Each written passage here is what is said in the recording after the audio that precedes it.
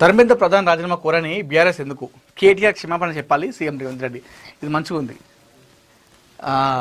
కేటీఆర్ ఏమో రేవంత్ రెడ్డి క్షమాపణ చెప్పాలని చెప్పేసి కేటీఆర్ చెప్తా ఉన్నారు. ఇక్కడ రేవంత్ రెడ్డి గారేమో కేటీఆర్ క్షమాపణ చెప్పాలని చెప్పేసి ఇక్కడ మన సీఎం గారు చెప్తా ఉన్నారు. గ్లోబరీనా కాళేశ్వరం ఇంటర్ విద్యార్థుల మరణాలపై బీఆర్ఎస్ను నిలదీసిన సీఎం ఓటరు ప్రక్షాళన ఉద్యోగాలు ధర్నా చౌక్పై విస్తృత వ్యాఖ్యలు చేయడం జరిగింది. అంటే ధర్మేంద్ర ప్రధాన్ రాజీనామాపై బీఆర్ఎస్ పార్టీ నోరు చూస్తలేదు.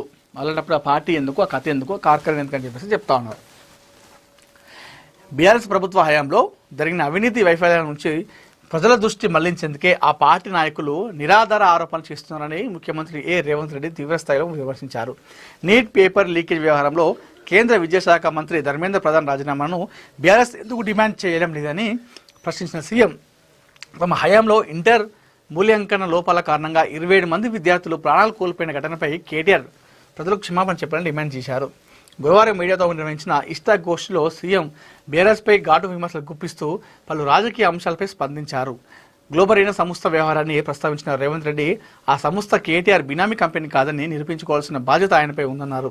పరువు ఉన్నవాడే పరువు నష్టం దావా వేస్తాడని వ్యాఖ్యానిస్తూ గ్లోబరీనా వ్యవహారంలో నిజాలు ప్రజలకు చెప్పాలని సవాల్ విసిరాడు మన రేవంత్ రెడ్డి గారు కేటీఆర్కి.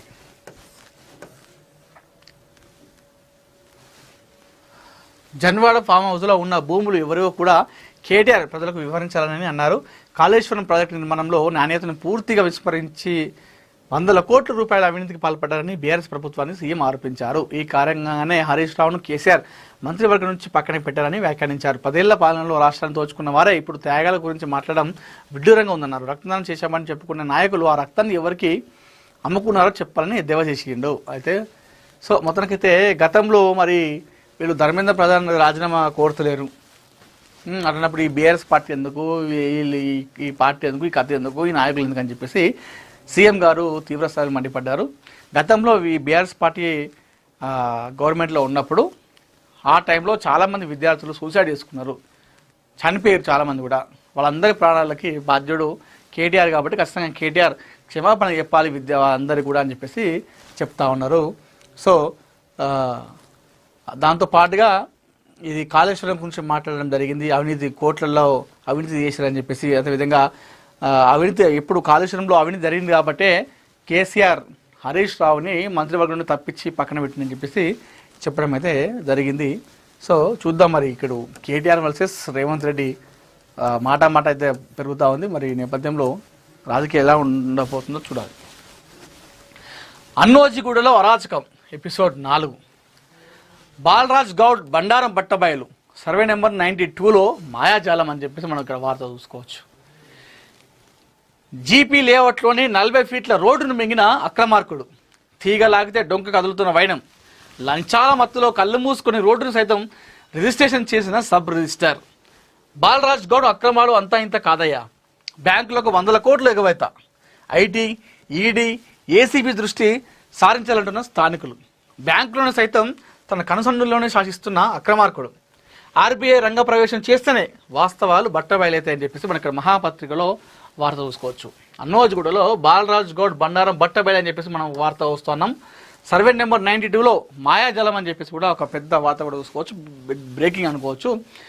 40 ఫీట్ల రోడ్డును మింగేసిందట ఈ మహానుభావుడు. తీగ లాగితే డొంక తగులుతుంది. ఒక్కొక్క విషయం తెలిసిన కొద్దీ పిచ్చలైపోతురు మనను గురించి. లంచాల మత్తులో కళ్ళు మూసుకుపోయిన అధికారులకు, సబ్ రిజిస్టర్కి కళ్ళు మూసుకుపోయి ఏం చేసిండు, రోడ్డు సైతం రిజిస్ట్రేషన్ చేసిండంట. పైసా. అన్నోజిగూడలో మాజీ రౌడ్ షీటర్ బాలరాజ్ గౌడ్ అరాచకాలపై రోజుకు వివాదం వెలుగులోకి వస్తుంది. నవ్వి పోదురుగాక నాకేమి సిగ్గు అన్న చందంగా తయారైంది ఇది అరాచకాలు.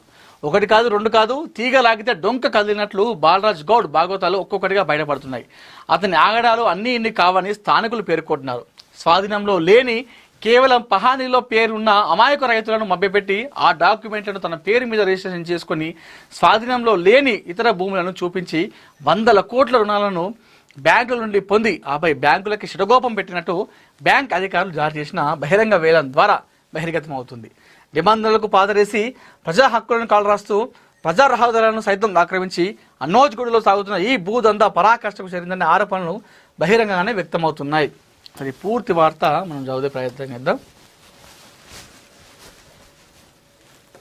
ఇది సర్వే నెంబర్ 92లో 40 ఫీట్ల రోడ్డును సూచిస్తూ 1988లో ఏర్పడినటువంటి జీపీ అవుట్ లేఅవుట్ ఇది. అదేవిధంగా 40 ఫీట్ల రోడ్డు ఉంది కదా, 20 ఫీట్ల రోడ్డుగా చూపిస్తూ 2334 చదరపు గజాల రోడ్డు అక్రమ రిజిస్ట్రేషన్. ఇదే సంతకం పెట్టింది ఆయన, sub register. Malkajgiri municipal corporation Ghatkesar మండలం అనోజ్గూడలో మాజీ రౌడ్ షీటర్ బాలగోని బాలరాజ్ గౌడ్ వ్యవహారాలపై రోజు రోజుకు కొత్త ఆరోపణలు వెలుగులోకి వస్తున్నాయి. అమాయక రైతుల భూముల కొనుగోళ్లు, అక్రమ రిజిస్ట్రేషన్లు, బ్యాంకు రుణాలు, ప్రజా రహదారుల అక్రమాలు వంటి అంశాల్లో లోతుగా పరిశీలిస్తే మరిన్ని సంచలన విషయాలు బయటపడే అవకాశం ఉందని స్థానికులు పేర్కొంటున్నారు. ముఖ్యంగా సర్వే నెంబర్ 92లోని గ్రామ పంచాయతీ ఆమోదించిన జీపీ లేఅవుట్లో 40 ఫీట్ల ప్రజా రహదారికి సంబంధించిన వ్యవహారం ప్రస్తుతం తీవ్ర చర్చనీయాంశంగా మారింది. వివరాలకు వెళ్తే బాలగోని రాజయ్యకు మొత్తం 5 కుమారులు.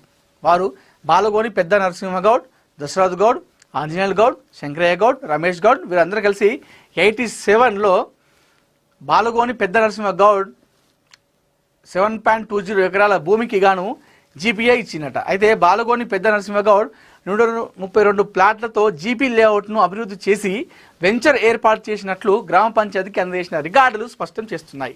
ఈ లేఅవుట్లో 40 అడుగుల ప్రధాన రహదారితో పాటు 25 అడుగుల రహదారులు ఉన్నట్లు చూపిస్తూ అప్పట్లోనే సుమారు 100కు పైగా ఫ్లాట్లు విక్రయించారట. అయితే ఆ లేఅవుట్లోని 40 అడుగుల ప్రధాన రహదారిని చూపించడమే కాకుండా రిజిస్ట్రేషన్ సమయంలో ప్రతి ప్లాట్ సరిహద్దులోనూ 40 ఫీట్ల రోడ్డు అని స్పష్టంగా నమోదు చేసినట్లు రికార్డులు తేటతెల్లం చేస్తున్నాయి. 100కు పైగా ఫ్లాట్లమ్మి రోడ్డునే మాజీ రౌడ్ షీటర్కు రిజిస్ట్రేషన్ చేసిన వైనమంట. ఇది కథ. బాలగోని పెద్ద నరసింహ గౌడ్తో పాటు ఇతర కుటుంబ సభ్యులు 88లో గ్రామ పంచాయతీ ఆమోదించిన లేఅవుట్లో 40 ఫీట్ల రహదారిని స్పష్టంగా చూపిస్తూ వెంచర్ని అభివృద్ధి చేసి విక్రయించినట్లు రికార్డులు స్పష్టం చేస్తున్నాయి. అదేవిధంగా 100కు